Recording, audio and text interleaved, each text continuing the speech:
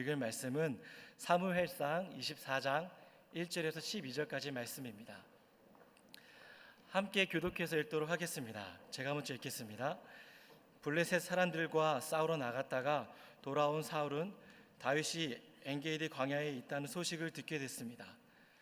그러자 사울은 온 이스라엘에서 뽑은 3,000명의 군사들을 이끌고 다윗과 그 일행들을 찾기 위해 들음섰다.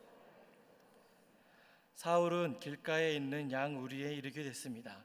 그곳에는 동굴이 하나 있었는데 사울이 용변을 보려고 거기 들어갔습니다. 그 동굴 안쪽에는 다윗과 그의 일행이 숨어 있었습니다. 다윗의 부하들이 말했습니다. 오늘이야말로 여호와께서 내가 내 원수들을 내 손에 넘겨주어 내 마음을 하도록 하리라 하고 말씀하신 그날인가 봅니다. 그러자 다윗은 살그머니 기어가 다윗은 사울의 옷자락을 잘라낸 것조차도 마음에 걸렸습니다. 다윗은 자기 부하들에게 말했습니다.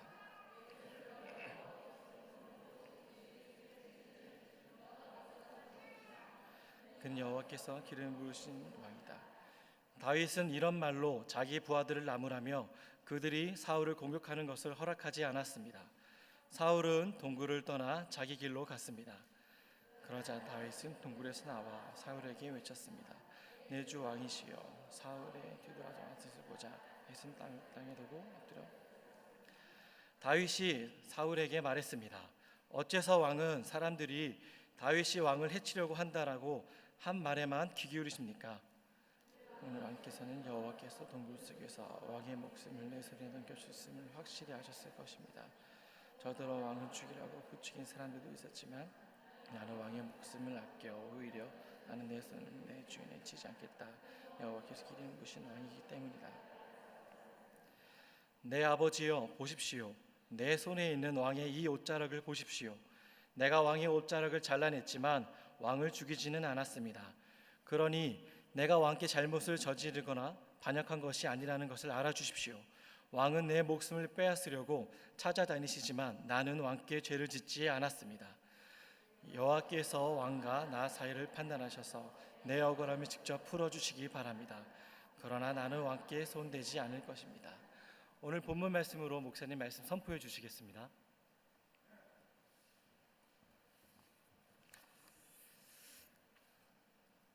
잠깐 기도하겠습니다. 살아계신 하나님 아버지, 주의 사랑 권혜를 진심으로 감사합니다. 이곳에 성령으로 역사해 주시옵소서. 우리가 주께 예배할 때 우리 영혼이 하나님 아버지를 찬양하게 도와주시고 또 주의 말씀을 따라 믿음으로 일어날 수 있도록 도와주시옵소서. 주께 감사드리며 예수님의 이름으로 기도합니다. 아멘. 하나님을 섬기는 성도는 광야와 친숙한 사람들입니다. 왜냐하면 하나님께서 이스라엘 백성들을 광야에서 낳았기 때문에 그렇습니다. 원래 이스라엘 백성들 어떻습니까? 광야를 체험하지 않았습니다. 이들은 노예 신분이었지만 애굽이라는 도시 가운데 삶을 살았습니다. 그런 하나님께서는 모세를 통해서 출애굽시킨 다음에 광야로 그들을 몰고 갔습니다.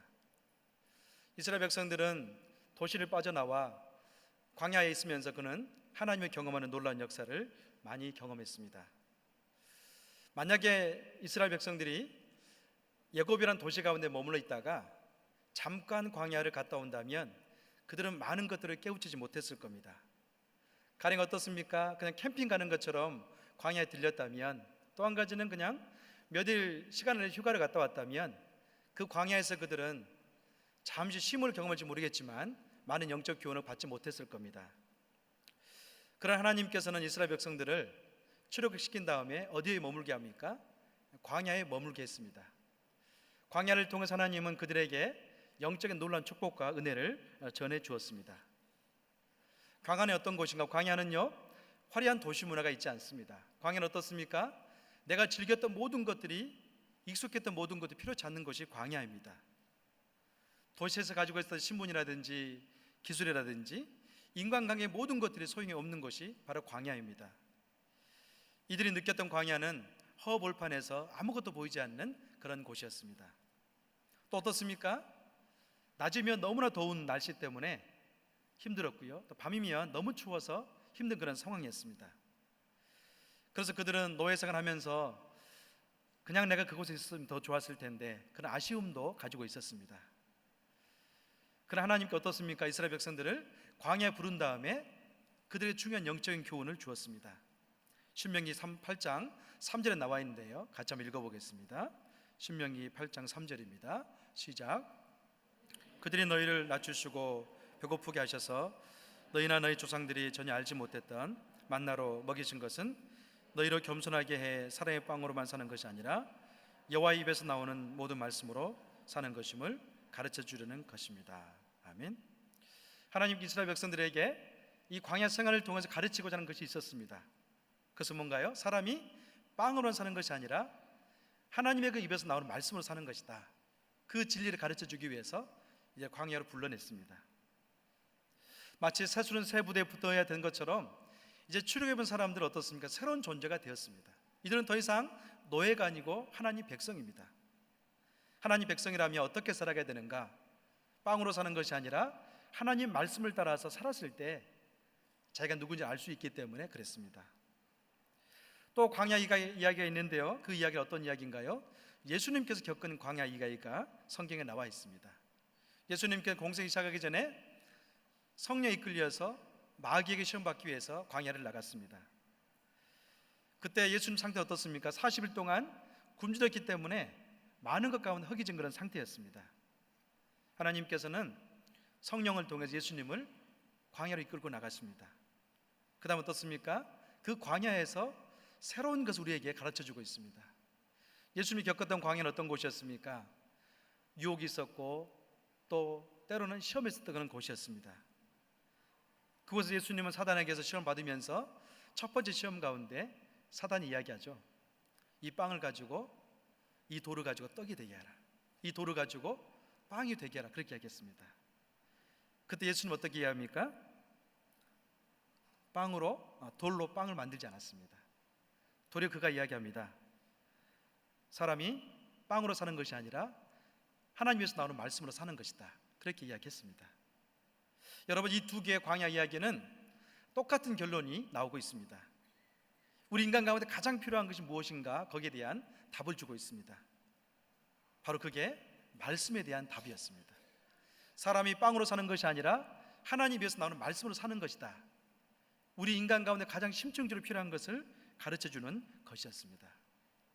광야는 두 가지가 있습니다. 한 가지는 지리적인 광야가 있습니다. 아무도 살지 않는 그 곳 가운데 광야라는 곳이 있습니다. 거기에 가면 어떻습니까? 사람이 살지 않습니다. 또 더 이상 인간관계의 모든 것이 끊어지는 곳이 광야입니다. 또 하나의 광야가 있는데요, 그 광야는 어떤 광야인가요? 그 광야는 상황적인 광야입니다. 이 상황적인 광야는 지리적인 광야는 아니지만 내 인생의 모든 것들이 막혀있는 그런 상황의 어려운 것들이 광야라 칭할 수가 있습니다. 여러분, 광야는 어떤 곳인가요? 광야는 외로움과 쓸쓸함이 있는 곳입니다. 더 이상 나의 미래가 보이지 않는 곳이 광야의 한복판입니다. 광야는 어떻습니까? 내가 익숙했던 모든 것들이 더 이상 필요치 않고 의미 없는 것이 광야입니다. 심지어 광야에는요, 사기를 당할 수도 있습니다. 또 폭력과 구타와 나의 노력 가운데 열심히 노력했지만 아무것도 얻을 수 없는 것이 광야이기도 합니다. 현대인들은 어떤가요?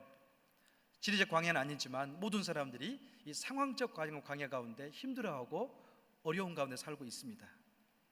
많은 소음 속에서 이야기를 많이 나누고 또 결정하고 나간 것 같지만 항상 우리 내면은 어떤가요? 내면은 텅 비어 있습니다. 그래서 현대인들은 분주하고 또 쫓기는 삶 속이 어떻습니까? 마치 이방인처럼 매일매일 삶을 살고 있는 게 현대인의 현 주소입니다.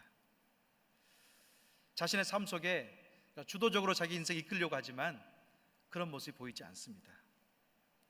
여러분, 오늘 본문에 보면 또 하나의 광야 이야기가 나옵니다.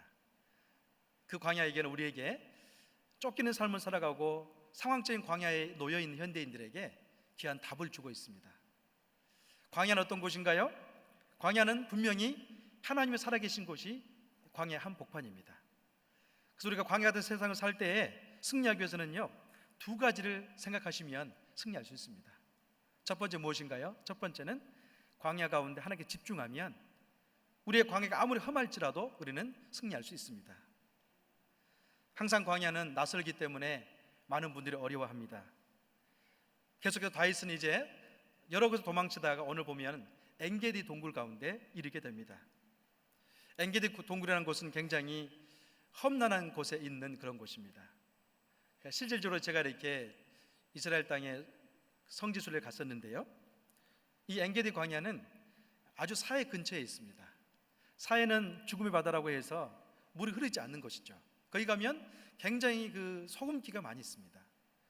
수영하지 못한 분들도 거기 들어가면요 둥둥 떠 있을 수가 있어요. 거기 잠깐 지나고 난 다음에 이제 엔게디 동굴이 나오는데요, 엔게디 동굴은 굉장히 곤란해서 또 험난하기 때문에 옛적부터 많은 분들이 피신했던 그런 땅이었습니다. 근데 다윗이 바로 이 엔게디 굴 가운데 들어가서 몸을 피신하고 있었습니다. 자, 그런데 어떻습니까? 외부 세력과 타전된 가운데 몸을 숨기고 있는데 거기도 피난처가 되지 못했습니다. 사울의 부하들이 다윗이 그곳에 있다는 것을 알려줬기 때문에 그렇습니다. 오늘 본문인데요, 1절과 2절을 같이 한번 읽어보겠습니다. 함께 읽습니다. 시작. 블레셋 사람들과 싸우러 나갔다가 돌아온 사울은 다윗이 엔게디 광야에 있다는 소식을 듣게 됐습니다. 그러자 사울은 온 이스라엘에서 뽑은 3,000명의 군사들을 이끌고 다윗과 그 일행들을 찾기 위해 들염소 바위 근처로 갔습니다. 아멘. 오늘 본문에 보면 사울과 다윗한테 끊임없이 비교되고 있습니다. 사울 어떤 사람이었습니까? 사울은요 순간순간 보면 아쉬움을 많이 남기는 사람이었습니다. 왜냐하면 분명히 그를 왕으로 세운 분은 하나님이었는데 사울은 순간순간 어떻습니까? 항상 사람에게 집중된 그런 인생을 살았기 때문에 그렇습니다. 사울은 사람에게 민감함을 가지고 있는 사람이었습니다. 1절에 어떻게 되어 있습니까? 1절에 보면 들어온 사울은 다윗이 엔게디 광야에 있다는 소식을 듣고 그렇게 되어 있어요. 사울의 신하가 어떻습니까? 다윗에 대해서 사울에게 이야기해 줬습니다. 지금 다윗이 엔게디 굴에 숨어 있습니다. 그 말을 듣자마자 사울 어떻습니까? 마음 안에 즉시 행동으로 옮겨져서 3,000명을 데리고 다윗을 잡기 위해서 엔게디 굴로 가고 있습니다. 어찌 보면 왕이었기 때문에 그렇지 않아도 됐었는데요, 이 3,000명의 군사를 데리고 사람의 소리에 의해서 움직이고 있습니다. 또 9절에 어떻게 나옵니까? 9절에 보면 다윗이 사울에게 그렇게 얘기합니다. 어째서 왕은 사람들이 다윗이 왕을 해치려 한다는 그 말에 귀를 기울이십니까? 무엇을 말하고 있어요? 왕이시여, 어떻게 당신은 사람 말에 민감하게 그렇게 반응합니까? 그렇게 이야기하고 있습니다. 사람 말에 의해서 움직이는 사람, 그게 바로 사울이었습니다. 우리가 믿음 생활할 때 어떻습니까? 우리는 성도의 교제도 있고 또 세상 사람 말도 있습니다. 근데 중요한 것은 뭐냐면 우리 말의 우선순위를 하나님 말씀 듣는 것보다도 사람에게 둔다면 실수할 수 있다는 것을 우리에게 보여주고 있습니다. 사울의 인생은 여기에서 사람 말에 의해서 실수를 범한 것은 아니었습니다. 사무엘상에 보면 번제 율권을 드리는 사울의 모습을 볼 수 있는데요, 그때도 어떻습니까? 사울의 눈과 마음은 사람들의 소리 가운데 가 있었습니다. 전쟁하기 전에 번제를 드린 다음에 출정을 했습니다. 그때 마침 사무엘 어떻습니까? 조금 늦게 왔어요. 늦게 왔는데 사울은 그때를 참지 못하고 번제를 드리고 말았습니다. 그때 사울의 눈은 어디에 있습니까? 자기 편의 사람들이, 군사들이 자꾸 이렇게 흩어지는 거예요. 사람이 흩어지니까 마음에 조급한 나머지 번제를 드리고 말았습니다. 그래서 그는 그 순간을 참지 못하고 죄를 범하면서 결국에는 그 번제 월권 때문에 하나님의 책망을 받게 되어지고 징계를 받습니다. 사울은 하나님 의해서 왕으로 세워졌지만 그는 하나님 음성을 듣지 않고 사람 음성을 들으면서 어떻습니까? 끊임없이 실패와 또 절망을 반복합니다. 그래서 성경은요, 저와 여러분에게 사람 의지하지 말라는 교훈을 주고 있습니다. 이사야서 2장 22절 말씀입니다. 같이 한번 읽어볼까요? 시작. 너는 인생을 의지하지 말라. 그 호흡은 코에 있나니 새말 가치가 어디 있느냐. 또 우리말 성경 같은 경우는 그렇게 되어 있습니다. 사람 높이는 것을 그만두라. 그의 숨이 코에 붙어 있으니 뭐가 그리 대단하겠느냐. 그렇게 되어 있어요. 실상은 하나님께서 이스라엘 백성들을 선택하고 그 중심의 초대 왕으로 사울을 세웠습니다. 어찌 보면 어느 누구보다도 초대 왕이었기 때문에 하나님 음성을 들을 줄 아는 사람이 사울이었습니다. 그러나 그는 어떻습니까? 자기 부하의 말을 들으면서 자꾸 자기 마음속에 불안한 가운데 움직이고 있는 것을 볼 수 있어요. 여러분, 인생이 무엇인가요? 오늘 이사야 선생님 우리에게 이야기하고 있습니다. 인생의 쇠말 가치가 어디 있는가? 그의 호흡에 있다. 그렇게 되어 있어요. 우리는 삶을 살아가면서 이제는 우리가 하나님 사람이 되었기 때문에 말의 그 가치, 하나님 음성 가운데 더 높은 가치를 두어야 됩니다. 비행기를 타면 종종 승객이 타는 객실이 있습니다. 또 어디가 있습니까? 화물칸이 있습니다. 여러분, 우리 코 가운데 호흡이 있으면요, 승무원이 우리를 객실로 안내하고요, 우리 코에 호흡이 끊어지면 시신으로 화물칸에 넣습니다. 그게 우리 인생입니다. 사울은 순간순간 인생을 의지하면서 자기 인생 가운데 중요한 영적 삶을 망각해버리고 잘못된 삶을 살았습니다. 만약에 사울이 순간순간마다 아니다, 내가 주께 기도하겠다, 주의 음성을 먼저 들었다면 그는 3,000명이라는 그 군사를 이끌고 한 사람, 이 다윗 한 사람 처치하기 위해서 움직이지 않았을 겁니다. 반면에 사울과 더불어서 누가 나타나고 있습니까? 다윗이 나타납니다.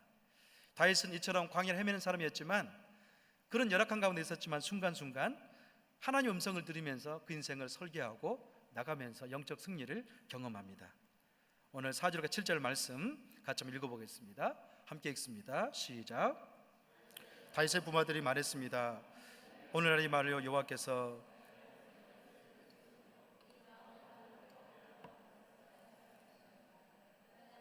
그러자 다윗이 살그머니 기어가 사울의 겉옷자락을 잘라냈습니다. 다윗은 사울의 옷자락을 잘라낸 것조차도 마음에 걸렸습니다. 다윗은 자기 부하들에게 말했습니다. 내 손을 들어 여호와께서 기름 부어 세우신 내 주인을 치는 일은 여호와께서 금하신 일이다. 그는 여호와께서 기름 부어 세운 왕이다. 다윗은 이처럼 이런 말로 자기 부하들을 나무라며 그들이 사울을 공격하는 것을 허락하지 않았습니다. 사울은 동굴을 떠나 자기 길로 갔습니다. 아멘. 오늘 4절과 또 5절과 6절 7절의 말씀 보면 다윗의 행동에 아주 중요한 것이 나와 있습니다. 사울은 부하의 말을 듣고 움직이고 있지만 도리어 다윗은 어떻습니까? 부하들의 말을 들으면서 어때요? 그것은 아니다, 그것은 잘못된 것이다, 그렇게 이야기하고 있습니다. 어찌 보면 만약에 다윗이 부하들의 말을 들었다면 원수였던 사울을 물리칠 수 있었습니다. 모든 것은 어때요? 우리가 좋아하는 한 방에 정리할 수 있었어요. 그러나 다윗은 먼저 어떻습니까? 하나님을 생각합니다. 하나님을 중심으로 모시면서 내가 하나님께 기름 묻은 왕을 어떻게 손을 댈 수 있겠느냐, 부하들의 말까지 멈추고 있습니다. 여러분, 거기엔 딱 한 가지 이유 때문에 그렇습니다. 다윗이 먼저 하나님께 기도하고 음성을 듣는 사람이었기 때문에 그렇습니다. 인간 사울을 생각하면 그렇게 할 수 없죠. 지금 변을 보고 있잖아요. 왕이 그런 것에 변을 보면 안 되는 겁니다. 왕궁이 있지 않습니까? 거기 있어야 될 사람이 지금 타락 가운데 있습니다. 그럼에도 불구하고 다윗이 어떻습니까? 하나님께 기름 부으신 왕이다, 그러면서 그 절도를 지키고 있습니다. 사랑하는 성도 여러분, 오늘 본문에서 다윗과 사울의 태도는 아주 중요한 것을 저와 여러분을 가르쳐주고 있습니다. 그것은 무엇인가요? 우리도 인생 가운데 상황적인 그런 광야를 지날 때도 우리는 누구의 음성을 먼저 듣고 살아가야 되는가, 거기에 대한 답을 주고 있습니다. 비록 광야 같은 삶을 살고 있을지라도 우리는 다윗처럼 먼저 그분의 음성을 듣는다면 어떻습니까? 상황적인 광야가 저와 여러분 인생을 무너뜨리지 못할 겁니다. 왜냐하면 하나님께서 지키고 돌보기 때문에 그렇습니다. 그래서 이제 다윗은 우리에게 좀 더 유명한 메시지를 통해서 격려하고 있습니다. 그러니까 11절과 12절 말씀인데요, 좀 더 읽어보겠습니다. 시작. 내 아버지여 보십시오. 내 손에는 왕의 이 옷자락을 보십시오. 내가 왕의 옷자락을 잘라냈지만 왕을 죽이진 않았습니다. 그러니 내가 왕께 잘못을 저지르거나 반역한 것이 아니라는 것을 알아주십시오. 왕은 내 목숨을 빼앗으려고 찾아다니지만 나는 왕께 죄를 짓지 않았습니다. 여호와께서 왕과 나사를 판단하셔서 내 억울함을 직접 풀어주시기를 바랍니다. 그러나 나는 왕께 손대지 않을 것입니다. 아멘. 사랑하는 여러분, 오늘 11절과 12절 말씀 보면 결론이 나와 있습니다. 다윗의 신앙의 그 아름다운 모습, 비록 광야를 칠흑한 어둠의 시간을 보내고 있지만 여호와께서 왕과 나 사이를 판단하셔서 내 억울함을 직접 풀어줄 것입니다. 그렇게 이야기합니다. 그러고 난 다음에 나는 왕께 손을 대지 않겠습니다. 다윗 신앙의 아름다운 모습이 여기 표현되어 있습니다. 여러분, 다윗의 신앙의 아름다운 무엇인가요? 하나님이 판단하실 겁니다. 그러고 난 다음에 인간적으로 도에 넘는 행동을 하지 않습니다. 대부분의 사람들은 그런 부분이 많이 있는 것 같습니다. 신앙 따로, 생각 따로, 행동 따로가 많습니다. 신앙은 이렇게 말씀하고 메시지를 받지만 막상 생각하는 행동을 보면 그렇지 않은 게 참 많이 있어요. 여러분, 그러나 어떻습니까? 원수 갚는 것은 분명히 성경에 하나님께 있다고 이야기했습니다. 다윗은 그 메시지를 생각하면서 인생의 허송세월을 보내지 않습니다. 사랑하는 여러분, 우리 인생 가운데 먼저 주의 말씀을 들은 다음에 순종하면서 살아간다면 우리는 불순종으로 인한 허송세월을 버리지 않을 수가 있습니다. 또 어떻습니까? 우리 인생 가운데 상황적 광야 가운데 어려움에 처할지라도 도리어 그 어려움 속에서 주의 음성을 들으면서 다시 일어날 수가 있습니다. 다윗은 저와 여러분에게 그것을 보여주고 있습니다. 또 한 가지 우리가 배울 수 있는 교훈이 있습니다. 오늘 본문 가운데 뭐가 배울 수 있나요? 악을 선으로 이기는 것을 배울 수 있습니다. 10절과 11절 말씀까지 같이 한번 더 읽어보겠습니다. 시작. 오늘 왕께서는 여호와께서 동굴 속에서 왕의 목숨을 내 손에 넘겨주었음을 확실히 아셨을 것입니다. 저더러 왕을 죽이라고 부추긴 사람도 있었지만 나는 왕의 목숨을 아껴 오히려 나는 내 손으로 주인을 치지 않겠다. 그는 여호와께서 기름 부으신 왕이기 때문이라고 말했습니다. 내 아버지여 보십시오. 내 손에 있는 왕의 이 옷자락을 보십시오. 내가 왕의 옷자락을 잘라냈지만 왕을 죽이지는 않았습니다. 그러니 내가 왕께 잘못을 저지르거나 반할 것이 아니라는 것을 알아주십시오. 왕은 내 목숨을 빼앗으려고 찾아다니지만 나는 왕께 죄를 짓지 않았습니다. 아멘. 여러분, 때로는 우리 사회 속에 바보라는 칭호가 많이 있습니다. 종종 참 훌륭하고 인격적으로 훌륭하고 또 많은 덕을 세우는 그 사람을 향해서 바보 누구누구 그렇게 이야기하죠. 왜 사람들은 그 사람을 향해서 바보 누구누구 그렇게 칭합니까? 또 최근에 은행을 갔더니 은행 직원이 저한테 이 바보 적금 통장이 있다는 거예요. 그래서 바보 적금 통장에서 소개를 하더라고요. 이 적금을 들고 나면 이자의 몇 %의 한정은 가난한 사람들 이웃에게 전달됩니다. 그러면서 이 통장을 들으라는 거예요. 제가 들었습니다. 근데 그분의 삶을 보면은 굉장히 고귀한 삶을 살았습니다. 그런데 그 사람을 칭해서 우리는 바보 누구누구 그렇게 이야기합니다. 여러분, 실제로 통상적으로 사회적으로 바보 누구누구 하면 어떤 의미가 있습니까? 자신의 권력이 있었고 돈이 있었지만 그 권력과 돈은 어때요? 행포하는 데 쓰지 않았습니다. 도리어 마치 권력과 돈이 없는 것처럼 낮아진 모습 가운데 사람을 섬겼던 그런 사람을 칭해서 우리는 바보라고 이야기하고 있습니다. 성경 어떻게 이야기합니까? 악을 선으로 이긴 사람을 성경에서는 바보라 그렇게 칭합니다. 그만큼 우리가 살아가는 세상 가운데 말씀대로 살아간다 어때요? 어렵다는 것을 반증하고 있는 증거입니다. 다윗은 주변 사람들의 말에 의하면 바보임이 분명합니다. 그 부하들 어떻습니까? 그 부하들의 말을 들으면 한 번에 사울을 정리할 수도 있었고 더 이상 광야에서 접을 수도 있었지만 그는 어떻습니까? 바보들 그 부하들 말 가운데 듣지 않았습니다. 그런 말씀이 있었죠. 오늘이야말로 여호와께서 내가 내 손에 넘겨주어 내 마음대로 하도록 하리라고 말씀하신 그 말씀을 이루는 날입니다. 그렇게 부하들이 이야기했습니다. 만약 다윗이 그때 그렇구나, 우리가 오늘 끝내자 그런 마음이 있었다면 그는 더 이상 우리가 존경하는 그런 다윗이 아니었을 겁니다. 그런데 그는 여기서 복수하지 않았습니다. 여러분 만약에 복수하지 않는 다윗을 주변 사람이 봤다면 뭐라고 챙기겠습니까? 바보구나 그렇게 여겼을 겁니다. 사랑하는 여러분, 그러나 다윗은 바보가 아니었습니다. 우리 주변에는 많은 바보들이 있습니다. 어떤 분은 사랑의 바보가 있습니다. 또 섬김의 바보가 있습니다.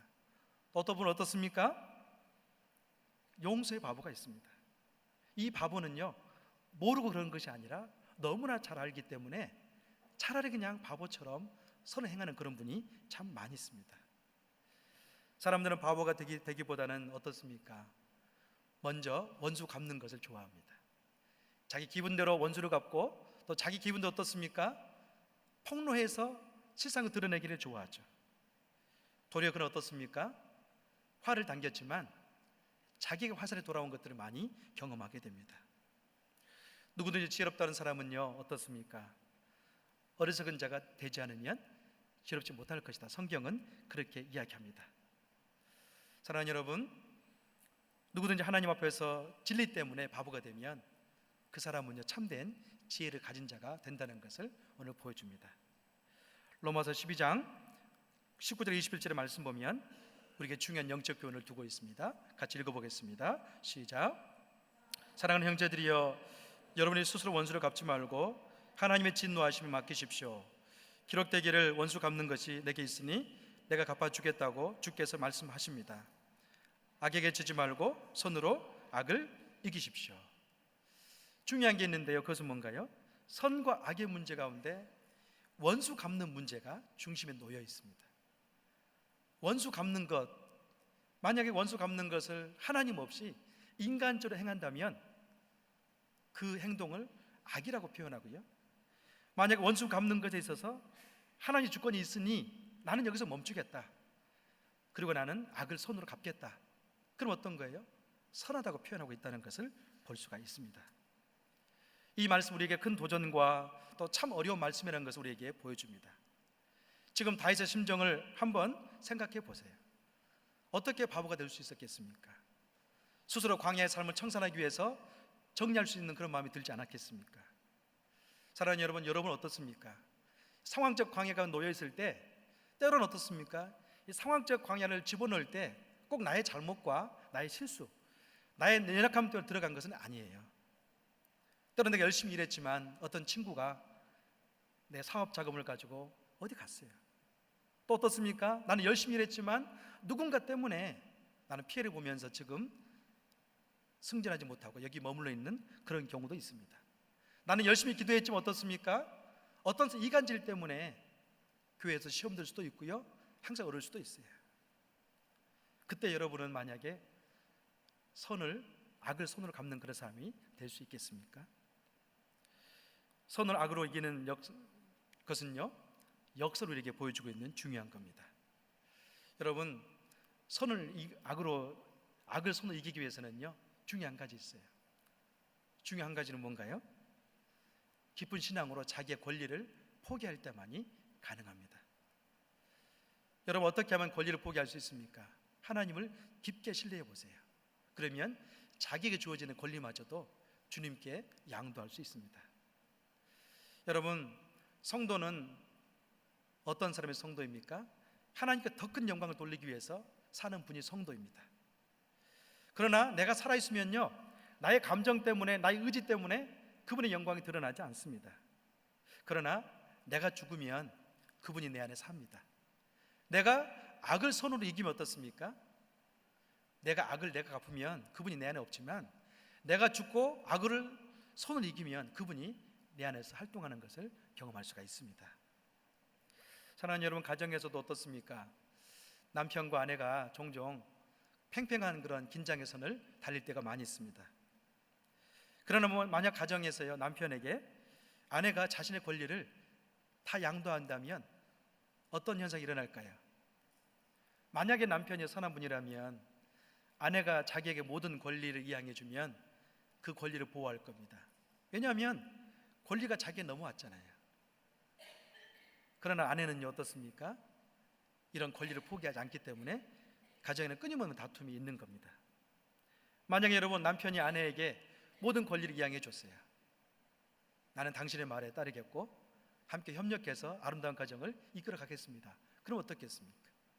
아내가 남편의 그 권리 이양을 가지고 행보를 부리겠습니까? 그렇지 않겠죠. 더 존경할 겁니다. 더 하나가 될 것입니다. 사랑하는 여러분, 우리가 믿음 생활을 하면서 이렇게 악을 손으로 이기기 위해서는요, 우리 안에 있는 모든 권리를 그분에게 맡길 때만이 가능합니다. 그래서 선을 악으로 이긴 다윗은 시편에서 그렇게 고백합니다. 시편 37편 3절에서 6절 말씀 같이 읽어보겠습니다. 시작. 여호와를 신뢰하고 선을 행하십시오.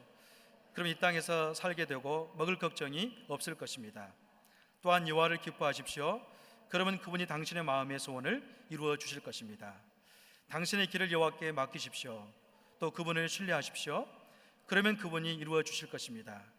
그분이 당신의 의를 빛나게 하시고 당신의 의를 한낮처럼 밝히실 것입니다. 아멘. 여러분, 시편 37편은 권리 이양에서 우리에게 아주 중요한 것을 보여주고 있습니다. 여호와를 신뢰하고 선을 행하십시오. 여호와께 권리를 이양시키고 선을 행하십시오. 그러면 이 땅에 살게 될 것이고 먹을 것이 걱정이 없을 겁니다. 그렇게 이야기합니다. 또 5절 어떻게 이야기합니까? 여호와께 길을 맡기십시오. 그러면 그분이 이루어 주실 것입니다. 이 맡긴다는 것은 뭐예요? 내게 있는 권리를 그분에게 드리는 행위입니다. 자, 그래서 어떻습니까? 하나님이 우리 인생 가운데 역사한다는 것을 보여주고 있습니다. 사랑하는 여러분, 교회에서 그런 사람이 있으면 어떻겠습니까? 교회에서도 만약에 악을 손으로 이긴 사람이 있다면 그 교회는 화평이 있는 그런 교회가 될 것입니다. 여러분, 나라 지도자가요, 악을 악으로 갚는 것이 아니라 도리어 분명히 악이었지만 실수였고 잘못이었지만 그 악을 선으로 이끌어 가는 리더가 있다면 그 나라는요, 평화로운 나라가 될 것입니다. 사랑하는 성도 여러분, 우리 인생 가운데는요, 상황적인 광야가 참 많이 있습니다. 여러분, 이 상황적인 광야는 어떤 곳인가요? 두 가지 하면 실수하지 않고 승리할 수 있습니다. 상황적인 광야는 하나님이 분명히 계시는 삶의 자리입니다. 여러분, 인생 가운데 힘들고 어려운 분이 있다면, 상황적인 광야를 통과한 분이 있다면 분명히 기억하시길 바랍니다. 하나님의 살아계심을 기억하십시오. 그리고 그분을 찾으시고 사람의 말이 아니라 그분의 말 가운데 움직이는 그런 삶을 사시길 바랍니다. 또 한 가지는요, 이 상황적인 광야에 들어가면 억울합니다. 내가 당한 게 많습니다. 그러나 여러분 어떻습니까? 그 악을 여러분 스스로 갚으려고 하지 말고 그 악을 선으로 이겨가세요. 그러면 어떻습니까? 하나님의 역사를 볼 수가 있습니다. 또 한 가지 마지막으로 상황적인 광야를 이겨나가기 위해서는요, 예수님처럼 스스로 지리적인 광야를 걸어 나가야 됩니다. 마가복음 1장 35절에 그런 말씀이 있습니다. 이른 새벽 아침 아직 어둑어둑할 때 예수께서 일어나 외딴 곳으로 가셔서 기도하셨습니다. 예수님께서는 사역 가운데 바쁠 때 항상 한 행동이 있었습니다. 그것은 뭔가요? 이른 새벽에 외딴 곳에 가서 하나님께 기도하는 그런 모습을 많이 보여줬습니다. 여러분, 외딴 곳은 어떤 곳인가요? 지리적 광야를 이야기합니다. 사랑하는 여러분, 우리가 인생을 살아가면서 가정이라든지 직장이라든지 우리는 많은 일 가운데 얽매여 살아갑니다. 너무나 분주하고요, 너무나 쫓기는 그런 삶을 살아가고 있습니다. 그러나 여러분, 조금만 눈을 들어보세요. 그러면요, 우리 비전 비리지 않아도 이 광야가 있어요. 거기 올라가면 어떻습니까? 아무도 없어요. 조용합니다. 거기 가면 뭐 이스라엘 팔레스타인처럼 큰 광야는 아니지만 조그만 그런 우리만의 공간을 찾을 수가 있습니다. 예수님은 바쁜 일정 가운데도 늘 지리적 광야를 찾으면서 어때요? 상황적 광야를 이길 수 있는 영적인 능력을 거기서 얻을 수가 있었습니다. 만약 우리가 분주한 그런 상황적 광야 가운데 매일 삶을 살고 있지만 우리가 매일매일 순간순간 조용한 곳에 가서 기도하고 한다면 우리는 얼마든지 승리할 수 있는 그런 영적 에너지를 얻을 수가 있을 겁니다. 최근에 제가 이렇게 이곳에서 이렇게 섬기면서 이 순교자 기념관을 아침에 이렇게 우리 간사님과 또 교육자들이 종종 올라갈 때가 있습니다. 때로는 혼자 올라갈 때도 있습니다. 근데 이렇게 2년 넘게 섬기면서 2주 전에 하는 행동이었어요. 근데 제 마음속에 어떤 거냐면 참 조용하구나. 올라가면 올라갈수록 순교자 그 기념관 가면요 아무도 없어요. 여러 가지를 생각합니다. 분주했던 모든 것들을 내려놓을 수 있는 그런 공간이 되는 것을 경험합니다. 사랑하는 여러분, 우리 인생 가운데 만약에 이런 광야를 스스로 만들어서 그 안에 들어가서 내 분주한 삶을 돌아볼 수 있다면 우리는 여유를 찾을 수가 있고요, 하나님 음성을 들을 수 있는 순간을 만들어갈 수가 있습니다. 여러분 삶 속에 한번 찾아보세요. 먼 곳에 가지 않아도 괜찮습니다. 식사하신 다음에 여러분 주변에 거닐 수 있는 거리가 있다면 가보세요. 그러면요 분주한 것이 차단되어지고 주님 음성을 들을 수가 있습니다. 그런 우리가 되기를 주의 이름으로 축원합니다. 아멘. 시간 같이 기도하겠습니다. 시간 같이 한번 기도하고 싶은 것은, 사랑하는 여러분, 다윗은 지금 쫓기는 광야에 들어가 있지만 그는 결코 그 광야 가운데서 넘어지거나 실수하거나 쓰러지지 않았습니다. 왜 그렇습니까? 똑같은 광야에 있었던 사울은 사람의 말을 들었기 때문에 넘어졌지만 다윗은 하나님 음성을 들으면서 승리할 수가 있었습니다. 시간 같이 한번 기도하고 싶은 것은, 하나님 우리 인생 가운데 하나님 음성을 듣는 그런 삶을 살 수 있도록 도와주시옵소서. 우리의 마음과 우리의 길을 사람에게, 세상에 빼앗기지 않도록 우리 마음을 지켜주셔서 주의 음성 듣는 삶을 살 수 있도록 하나님 나의 심령을 붙잡아 주시옵소서. 시간 같이 한번 기도하겠습니다. 할렐루야. 살아계신 하나님 아버지, 하나님 아버지의 귀한 사랑과 은혜를 진실로 감사합니다. 하나님, 그렇습니다. 우리 인생 가운데 광야가 펼쳐질 때마다 하나님 아버지의 음성을 듣는 삶을 살 수 있도록 하나님 도와주시옵소서. 주의 말씀과 성령으로 주같이 함께 해주시고, 또 주의 말씀의 그 은혜 안에 아버지 하나님 항상 주님과 동행하는 그런 삶을 살 수 있도록 주여 도와주시옵소서. 하나님, 그렇습니다. 하나님은 우리 인생의 그런 광야 한복판을 살아계신 분이시고, 하나님은 정말로 역사하신 분이시고 우리를 사랑하셔서 우리에게 귀한 은혜를 베풀어 주신 분이십니다.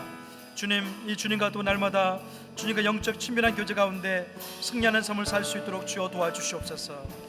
하나님 아버지의 권능을 주같이 부어주시고 은혜를 부어주셔서 날마다 믿음으로 승리하는 삶을 살 수 있도록 주여 도와주시옵소서.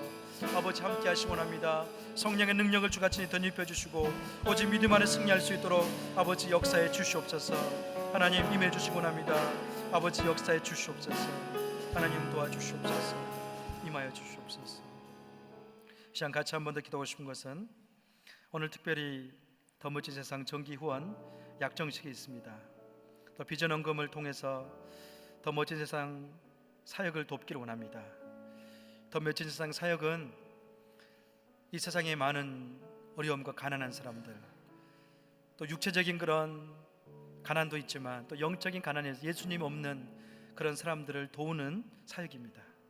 시간 같이 한번 기도하고 싶은 것은, 하나님 더 멋진 세상 이 사역을 통해서 수많은 어려움 가운데 있는 어린 생명들, 또 난민들, 전쟁 고아들을 도울 수 있도록 도와주시고, 이 사역을 통해서 그들 가운데 예수의 복음이 증거될 수 있도록 하나님 역사해 주시옵소서.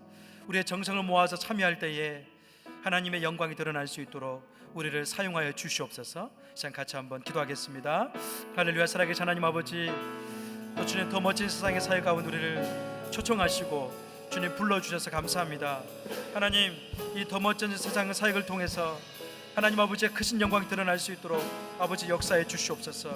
이 사역을 통해서 아버지 하나님, 가난하고 소외되고 전쟁 고아들이 하나님 아버지를 만나는 그런 경험하기 원합니다. 주님의 성령을 주같이 부어주시옵시고 하나님 아버지의 놀란 역사를 주님 감당할 수 있도록 아버지 역사해 주시옵소서. 살아계신 하나님 아버지 은혜를 경험할 수 있도록 주여 도와주시고, 하나님 아버지의 놀란 역사 가운데 주같이 아버지 역사하기 원합니다. 주님 도와주시고, 주님 더 멋진 세상을 통해서 하나님 아버지의 영광이 드러날 수 있도록 우리 교회 성도들이 참여할 수 있도록 주여 도와주시고, 우리를 참여할 수 특권 가운데 불러주시고 감사한 마음으로 더 나눌 수 있도록 주여 도와주시옵소서. 아버지 함께 하시기 원합니다. 성령의 은혜를 주여 부어주시옵소서. 할렐루야. 주님 역사하기 원합니다.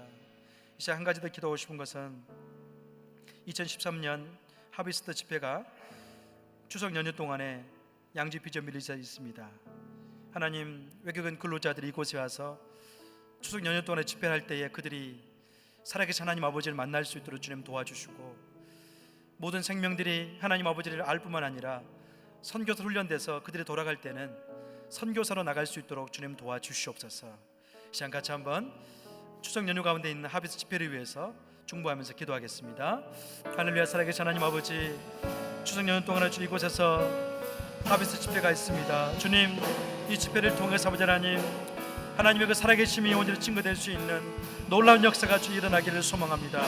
하나님 도와주시고 800명 있는 외국인 근로자들이 이곳에서 집회할 때에 그들의 살아계신 하나님 아버지를 경험할 수 있도록 주여 도와주시고, 그들의 주님 안에서 주님을 경험을 인하여서 주님 현장 가서 승리할 수 있도록 주님 도와주시고, 하나님 아버지의 놀란 역사를 경험할 수 있도록 아버지 역사해 주시옵소서. 그들이 근로자로 왔지만 그들의 주의 말씀 가운데 성령 안에 훈련받아서 선교사로 나갈 수 있도록 주여 축복해 주시고, 하나님 아버지의 놀란 역사 가운데 주님 아버지 함께해 주시옵소서. 하나님 임하시고 납니다. 주여 도와주옵소서. 할렐루야. 주님 역사해 주시옵소서. 살아계신 하나님 아버지, 오늘 말씀 가운데 우리 가운데 우리 인생의 상황적인 광야를 만났을 때 어떻게 살아야 될지에 대해서 말씀을 해주셔서 감사합니다. 주님, 상황적인 광야 가운데 있을 때에 사람의 말을 듣는 것이 아니라, 사람을 의지하는 것이 아니라 하나님 아버지 음성을 듣고 의지하는 삶을 살 수 있도록 도와주시옵소서. 하나님, 우리 가운데 더 멋진 세상이란 이 사역 단체를 통해서 열방 가운데 그리스도의 복음을 전하고 또 가난한 사람들에게 우리의 정성을 드릴 수 있는 귀한 특권 가운데 불러주신 것을 감사합니다. 우리의 조그만 섬김을 통해서 지금도 전쟁 고아로 또 많은 그런 어려운 가운데 있는 사람들에게 도움이 될 수 있도록 주님 도와주시옵소서. 아버지 하나님, 이번 추석 연휴 동안에 800명의 외국인 근로자들이 이곳에 와서 집회를 하게 됩니다. 하나님, 그들이 근로자로 왔을지라도 하나님 아버지를 만나는 역사를 경험할 수 있도록 도와주시옵소서. 또한 그들이 잘 훈련받아서 고국에 돌아갈 때는 하나님 복음을 들고 돌아갈 수 있도록 역사해 주시옵소서. 주님께 행하실 것을 찬양하며 예수님의 이름으로 기도합니다. 아멘.